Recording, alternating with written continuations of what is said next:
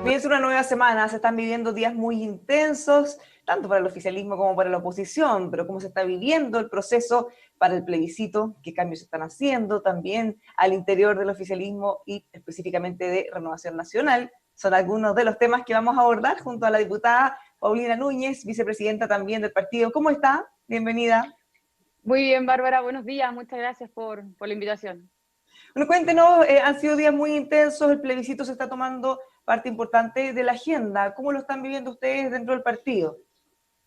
Bueno, dentro de Renovación Nacional, nosotros hace ya un par de meses tomamos una decisión a través del Consejo General de nuestro partido de tener un porcentaje de militantes, un porcentaje importante de militantes, un 70% aproximadamente por la opción del rechazo y un 30% aproximadamente por la opción del apruebo. Y desde ahí empezamos a trabajar, Bárbara, no solo en la franja, en los temas, ¿cierto?, de campaña, sino que además en el tema del contenido, que es, por qué no decirlo, lo que nos une, qué queremos defender, cuáles son esos derechos, modificaciones que queremos hacer. Todos tenemos que, o todos queremos, mejor dicho, reformar la Constitución. Unos rechazan para reformar, otros deciden ir directamente a reformar, pero creo que esa decisión dentro del partido está más que tomada y es lo que nos ha permitido durante estos días también respetar la opción de cada uno y, por supuesto, insisto, concentrarnos en el contenido. Ya, ¿y eso no cambia nada con la salida del entonces presidente Mario Desbordes? No, porque la máxima instancia de nuestro partido es el Consejo General, más de 500 hombres y mujeres que en su minuto tomaron una decisión y que el hoy presidente, el senador Rafael Proens, ha dicho, ¿cierto?, que la va a respetar, y él incluso como presidente del partido dando garantías para todos los militantes, autoridades, alcaldes, diputados, senadores, concejales, cores, en fin, de nuestro partido para que esto se desarrolle en el mayor respeto posible. Y algo parecido también, ¿por qué no decirlo? Lo hemos visto en los últimos días, Bárbara, respecto del gobierno, respecto del gabinete, donde ayer incluso, ¿cierto?, un medio consignaba el listado completo con nombre y apellido de los ministros, donde todos sabemos ya a esta altura más o menos cuál es la opción de cada uno. ¿Y qué le parece eso? Porque también hay un debate respecto a la presidencia, si es que debían mantenerse al margen o bien los ministros deberían dar sus opiniones si es que quisieran hacerlo. A ver, por lo que te mencionaba recién, Bárbara, ya qué duda cabe cuál es la opción de cada uno, ¿cierto? Es más, yo quiero decir algo respecto de eso. Creo que con lo que hemos conocido en estos últimos días, se cae la tesis de la izquierda respecto de que este es un gabinete del rechazo. Recordemos cuando se produjo el último cambio de gabinete, que muchos de ellos decían este es el gabinete del rechazo, el presidente ha decidido reformar o cambiar su gabinete precisamente con personas más duras, más conservadoras, y la verdad es que eso no solamente era una caricatura, sino que se cae esa tesis, se cae esa caricatura de la izquierda, porque de partida ayer viendo los nombres hay más ministros y ministras por el apruebo que por el rechazo, pero también en el sentido de la presidencia, que es la decisión que ha tomado por ahora el gobierno. Nosotros desde los partidos, por supuesto que vamos a respetar esa decisión del gobierno, pero también creo, Bárbara, insisto, que ya qué duda cabe, como más o menos, ¿cierto?, la mayoría de ellos se está inclinando y por lo tanto yo sí creo que acercándonos al plebiscito, al minuto de la votación, ya se va a hacer imposible pedir presidencia cuando la opción de cada uno es pública. O sea, los hechos superaron la planificación en el fondo. Claro, y a mí me parece bien, Bárbara. Yo soy de las que creo, soy más positiva y creo que tengo más esperanza respecto a algunos que he leído este fin de semana, pero yo soy de las que creo que el gobierno tiene una tremenda oportunidad primero para garantizar un proceso democrático, seguro, transparente, participativo, porque recordemos obviamente que estamos a mitad de crisis, ¿cierto? No solamente una crisis sanitaria, donde las preguntas que han surgido, por ejemplo, en la Comisión de Constitución, donde estamos revisando y votando aquellas normas necesarias que hay que modificar para llevar a cabo un plebiscito seguro, participativo, transparente, en fin, que van desde qué va a ocurrir con una persona que está con COVID y quiere ejercer su derecho, que quiere votar, o qué va a pasar, ¿cierto?, con una persona que, por ejemplo, al revés, está pensando en no ir para no contagiarse. O sea, han sido muchas las preguntas que han surgido en el debate, pero sí decir que creo que el gobierno tiene una tremenda oportunidad, primero, para ser garante de este proceso y luego para presidir, para encaminar un proceso que ojalá decida el futuro de los próximos 30 años de nuestro país. Diputada, ayer el ahora ministro Andrés Alamán señalaba que sería absurdo pensar que el resultado le va a ser indiferente al gobierno. ¿Le parece a usted que el hecho incluso que se haya reflejado que están más o menos mitad y mitad y ya no el gobierno está apostando por una postura, podría beneficiarlo para que el impacto sea menor, independiente de si gana apruebo o rechazo? Exacto, o sea, yo marco, digamos, mi punto respecto a lo que recién señalaba. Yo creo sinceramente que esto es una tremenda oportunidad para el gobierno.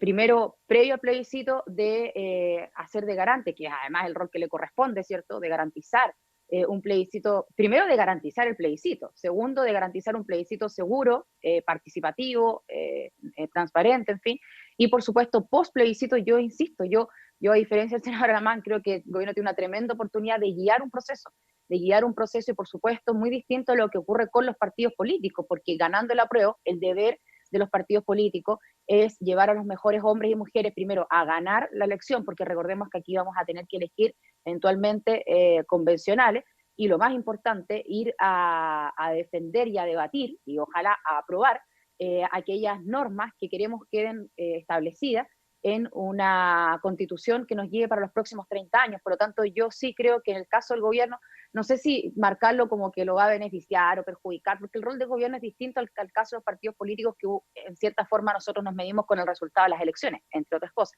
Pero en el caso del gobierno, sinceramente, creo que tiene una tremenda oportunidad y creo que además la está tomando. Bueno, a propósito del plebiscito seguro y con alta participación han surgido varios debates. Por ejemplo, uno es la posibilidad de postergar el plebiscito. Acabamos de ver que Nueva Zelanda, que es un país que se pone como ejemplo constantemente, acaba de posponer sus elecciones generales. ¿Qué le parece ese debate? ¿Deberíamos realizarlo también? ¿O hay una especie como de rechazo de antemano de abordarlo?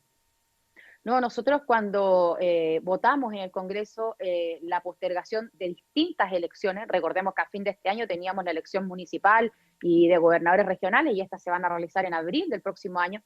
Cuando postergamos varias elecciones, obviamente que una de ellas también fue el plebiscito, y en forma dudó que no había una fecha en ese minuto razonable para poder realizarlo, y por lo tanto quedó fijado para este 25 de octubre. Lo mismo en este caso, Bárbara, qué duda cabe que si llegara a haber un rebrote en octubre, y no sé, estamos en un 90% con cuarentenas en el país, lógicamente que va a ocurrir lo mismo. Nadie va a dudar en el Congreso de reagendarlo nuevamente, pero por ahora no podemos estar diciendo que se va a postergar en octubre cuando estamos en agosto, y además de eso, gracias a Dios, bueno, ya las decisiones que se han ido tomando y el comportamiento de los ciudadanos, al parecer la cosa de a poco va mejorando. Ya, pero el diputado Diego Chalper, por ejemplo, su partido, ha propuesto que, más allá de posponer o no, que se establezcan condiciones. Quizás eso podría ser razonable pensando en decir, si en ese día estamos con condiciones A, B, C o tanto, no hay ningún problema, cosa de tener ahora ese escenario claro y no estarlo discutiendo en esos mismos días, en donde se puede mezclar la discusión respecto a si nos conviene o no, si mi alternativa va ganando o no, y se puede hacer un debate mucho más complejo del que quizás se podría hacer ahora. Sí, lo que ocurre es que frente a ese razonamiento, entonces yo concluyo que hay una duda incluso de sus propios pares, de quienes toman las decisiones, porque cuando no se pudo hacer el plebiscito, lógicamente que nadie cuestionó que había que reagendarlo por la situación sanitaria, lógica de seguridad que vivía el país. Ahora, nosotros en la Comisión de Constitución estamos llevando a cabo ese debate. Hoy día, por ejemplo, a partir de las 10 de la mañana, nos convocamos los miembros de Constitución de la Cámara de Diputados para debatir precisamente el proyecto de plebiscito seguro y participativo, respecto al cual ya se pronunció y votó el Senado, y ahora nos corresponde a nosotros. Entonces, esas consultas, esas preguntas, ese debate responsable se está dando. Lo que no puede ocurrir, Bárbara, es al revés. Aquellos que no quieren que haya un plebiscito empiecen a ocupar la crisis sanitaria como un argumento, una excusa. Y sí creo que es importante asegurar, porque obviamente que a toda esta altura, cuando uno empieza a volver a su actividad, más allá del plebiscito, las elecciones, el país cambió, el comportamiento de las personas va a tener que haber cambiado. Creo que de aquí en adelante, y por muchos meses más, Bárbara, vamos a salir de nuestras casas con nuestros documentos, con las llaves y con una mascarilla. Bueno, y a propósito también de que sea participativo, han surgido distintas iniciativas. Por ejemplo, una también de un senador de su partido, el senador Chaguán, que busca fijar un mínimo de participación para que se pueda establecer como legítimo. ¿Qué le parece? Mire, Eso es bien complicado. Yo creo que más que una idea buena o mala, es complicado porque lo que no me gustaría a mí es que se sentaran precedentes para que dijéramos, por ejemplo, que las próximas elecciones parlamentarias o presidenciales o municipales, que son las primeras, ¿verdad?, que corresponden respecto a la elección de autoridades, si no vota el 30%, la elección no es válida, porque se me podría ocurrir que aquellos que no les gusta la democracia, que no participan o que directamente, cierto, quieren que todo se caiga, al revés, hagan llamados a que las personas no concurran a votar con tal de no elegir a las autoridades democráticamente. Yo, más allá del plebiscito, hay que tener cuidado que lo que vayamos a decidir ahora termine siendo un precedente para el resto de las elecciones y por lo tanto creo que cuando uno somete al país a una elección para elegir, por ejemplo, sus autoridades o para pronunciarse respecto de un plebiscito, es la labor y es el deber, sobre todo de los partidos políticos y del gobierno de turno, promover la mayor participación posible, pero no por eso, el día de mañana, si voto un 30%, vamos a terminar diciendo, bueno, entonces el presidente elegido no es legítimo. Puede ser un poco peligrosa la iniciativa, entonces. Así es. Pero justamente en relación a eso, desde la oposición dicen, bueno, si les interesa la alta participación, ¿por qué entonces se negaron a que este plebiscito de entrada fuera con voto obligatorio? No, lo que ocurrió fue que cuando se fijaron las normas ahora en general como un marco de entendimiento y un acuerdo, hay varios, algunos querían, por ejemplo, que fuera obligatorio, otros no, otros querían que se votaran desde el extranjero, otros no, otros querían que fueran en 2 días y otros no, bueno, en fin. Pero como logramos un acuerdo en esa madrugada del 15 de noviembre, ese acuerdo es el que se ha ido respetando, porque si tú terminas abriendo el acuerdo para unos pocos, bueno, los otros también te van a pedir otra cosa que la que quedó afuera y por lo tanto, lógicamente que no lo vas a respetar.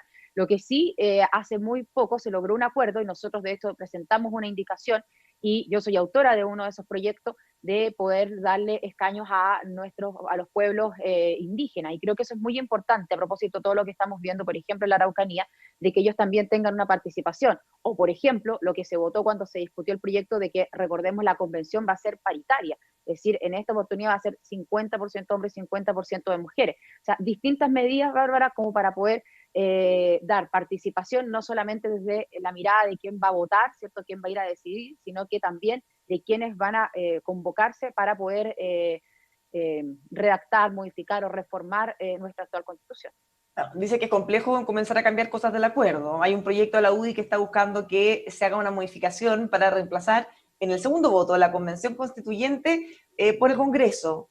Podrían tener ahí un ahorro fiscal, ellos argumentan. ¿Qué le parece? ¿Eso también está dentro de las iniciativas que podrían cambiar algo que ya se acordó? Sí, yo creo que aquí todas las iniciativas que vayan surgiendo y las ideas que vayan surgiendo en los distintos partidos, más allá de que uno tenga una opinión, hay que tomarlas hay que tomarlas con cuidado, porque no solo si uno abre el acuerdo, otros van a surgir con distintas ideas, sino que a esta altura, Bárbara, yo la verdad es que tengo mi duda si el actual Congreso es lo mejor. Ya hemos visto cómo se ha comportado el Congreso, donde han surgido dudas incluso de proyectos admisibles o no, y constitucionales o no, que van avanzando de igual forma, porque hay mayorías circunstanciales. Y por eso mismo creo que a esta altura lo que podía ser más seguro, entre comillas, de que fuera el actual Congreso, la verdad es que al menos a mí me produce más duda que certeza. Y creo que elegir personas que van a ser convocadas para esto, que no van a caer del cielo, si al final del día son las mismas personas que uno puede ver o inclinarse con ellas para que fueran, por ejemplo, candidatos al Parlamento, de gobernadores regionales en las regiones, Claro, o de alcaldes o alcaldesas. Entonces, en este caso, creo que a mí al menos, Bárbara, me da más certeza elegir un grupo nuevo, una convención nueva de hombres y mujeres para este efecto, que entregarle el futuro de los 30 años al actual Congreso. pero se va a elegir con la misma regla. O sea, podría eventualmente replicarse algo parecido a lo que tenemos ahora en el Congreso. ¿O esperan hacer cambios rápidamente antes de esas elecciones? No, son dos cosas. Uno, respecto a las mismas reglas, es cierto, sin perjuicio de que nosotros queremos discutir ahora, literalmente esta semana, porque además el gobierno le puso discusión inmediata al proyecto de la rebaja del número parlamentario, proyecto que recordemos no surge ahora a propósito de las crisis que hemos Sí, vivido, viene hace sino que mucho tiempo. está, claro, y venía en el programa del gobierno, perdón, el entonces candidato Sebastián Piñera, hoy el presidente de la República, por lo tanto, desde ese minuto se le dijo a la ciudadanía: nosotros queremos reducir el número de parlamentarios. Luego, junto a parlamentarios de Chile Vamos, presentamos el proyecto para hacerlo, para hacer viable, digamos, esa propuesta del programa, y durante todo este tiempo se ha ido postergando esa discusión, y digamos las cosas como son, Bárbara, se ha ido postergando porque hay varios que sacan la calculadora y dicen, a mí no me conviene, ¿cierto? Si me van a restar escaños, puede que varios de mis diputados no lleguen nuevamente al Congreso. Y en esto decir lo siguiente, yo te agradezco la pregunta. Primero, nadie está pensando en volver al binominal, por ningún motivo. No hay ningún distrito que quede binominal frente al proyecto de rebaja del número de parlamentarios. Todos quedan con escaños impares, que es lo que permite no volver al binominal. Luego se respeta la representatividad, es decir, hay algunos que han dicho la diversidad, hace rico el Congreso y se ven todas las ideas representadas. Acá va a ocurrir lo mismo, solamente que con menos parlamentarios. Por ejemplo, si una bancada tiene 20 diputados, claro, ya no tendrá 20, tendrá 12, pero se va a ver de igual forma representado su diversidad o su ideología política, su mirada. Diputada, ¿y cómo juega este proyecto con otro que está buscando que no puedan haber diputados con un porcentaje mínimo de representación, independiente si es el 3% o el que fuera, para evitar lo que tenemos hoy con los que se llaman, entre comillas, los del 1%? Bueno, no dentro del proyecto, sí, está contemplado tanto en el proyecto, Bárbara, como en la indicación que el Ejecutivo ingresa el viernes. De hecho, nosotros el viernes fuimos a La Moneda, los parlamentarios de la Comisión de Constitución de Chile Vamos, y acompañamos al Ejecutivo en el ingreso de esta indicación, y por eso le estamos pidiendo directamente al diputado Matías Walker, que es el presidente de la Comisión de Constitución de la Cámara de Diputadas y Diputados, que ponga en discusión y en votación este proyecto esta semana, porque además no es porque se lo pidamos nosotros solamente, sino que porque tiene discusión inmediata por parte del Ejecutivo y por lo tanto tiene una prioridad para discutirse. Por lo tanto, en este proyecto, como la indicación del Ejecutivo, el mínimo que tiene que tener un parlamentario para ser electo es un 3%, y de esa forma, obviamente que, bueno, lo hemos llamado así, terminamos con la bancada del 1%, pero además le damos un poquito de representatividad a los parlamentarios cuando son elegidos, porque cuando la ciudadanía dice no pueden haber parlamentarios el 1%, da lo mismo de donde sean, Bárbara, o no sé, si me cae bien o mal, es simplemente, bueno, por lo menos que lleguen aquellos que efectivamente representan a alguien. Ahora, cambiemos de tema, hablemos de su partido. ¿Han habido ya los efectos del cambio de gabinete en el sentido que al salir el expresidente Mario Desbordes y también Andrés Alamán, que mantenían varios focos de tensión, ¿se ha reflejado eso en el partido? Un mejor ánimo esto. O por lo menos Sí. menos disputa, por lo menos públicamente. Sí, miren, yo primero valoro que ambos hayan aceptado un desafío. Lo digo sinceramente, Bárbara, creo que, y por qué no decirlo, ambos tenían alguna aspiración que hoy sabemos la han dejado de lado con tal de formar parte del gobierno, decirle o responderle que sí al presidente frente a una solicitud de hacerse cargo tanto del Ministerio de Defensa como de la Cancillería, y eso sinceramente yo lo valoro porque la verdad es que es poner el país por delante primero que el partido o que intereses personales. Y luego internamente nosotros tenemos el deber de actuar unidos, de entender que el plebiscito está a la vuelta de la esquina y que después de eso, Bárbara, tenemos un sinfín, sin exagerar, un sinfín de elecciones donde tenemos que cumplir con nuestra principal labor. Esta no es una ONG, no es un corporativo, este es un partido político, es el más grande de Chile, y por lo tanto, cuando ya estás en el primer lugar, cuesta mantenerse, y esa es nuestra obligación. Recorrer Chile, ahora lo haremos también vía Zoom, pero recorrer Chile para buscar los mejores hombres y mujeres que estén dispuestos además, por ejemplo, ni más ni menos, ¿cierto?, que ir a una eventual convención constitucional.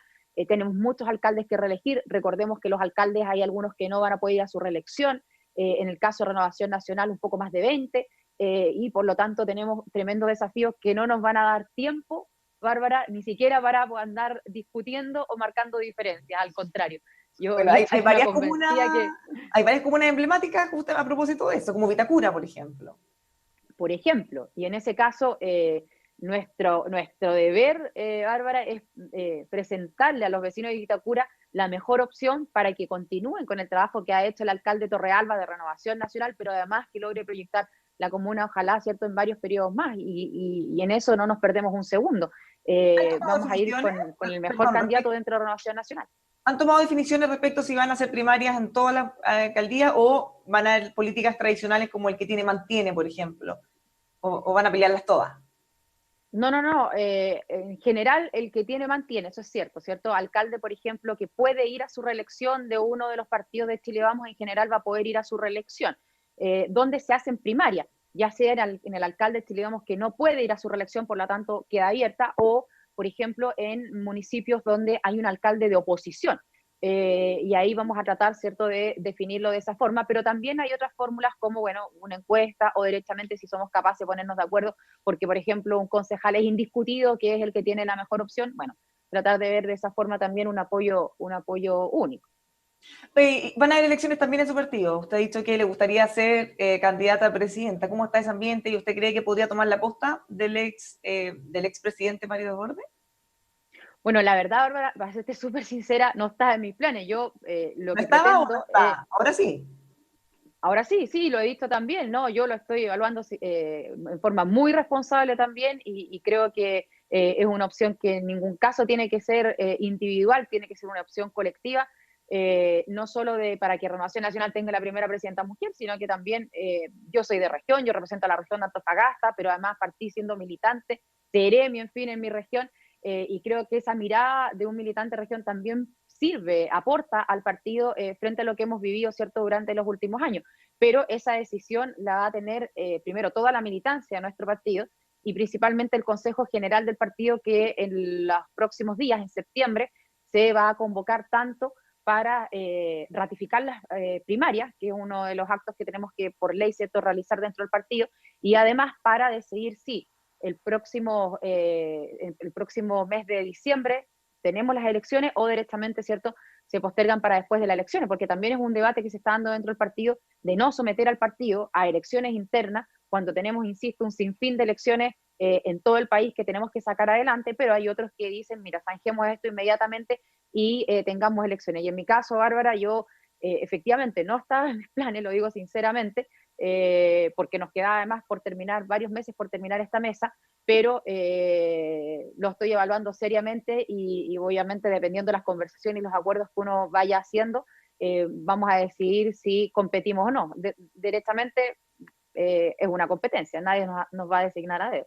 Y ahora sí, finalmente se reabre el debate respecto a quiénes podrían votar, si todos los militantes o eventualmente solo el Consejo General en esa elección para el presidente. No, lo que pasa es que el Consejo lo que hace es decidir si en diciembre tenemos elecciones o no. Y si en diciembre tenemos elecciones, votan todos los militantes de Renovación Nacional a lo largo de todo Chile. Si el Consejo decide postergar las elecciones, continúa esta mesa y las elecciones se hacen cuando, claro, más adelante, pero también, ante la pregunta, votan todos los militantes de Renovación Nacional. Muchas gracias por haber conversado con nosotros esta mañana, diputada. Que tenga una muy buena semana. Gracias a ti, Bárbara, que estés muy bien. Buenos días. Los dejamos invitados a que siga junto a nosotros revisando nuestros contenidos aquí en emol.com.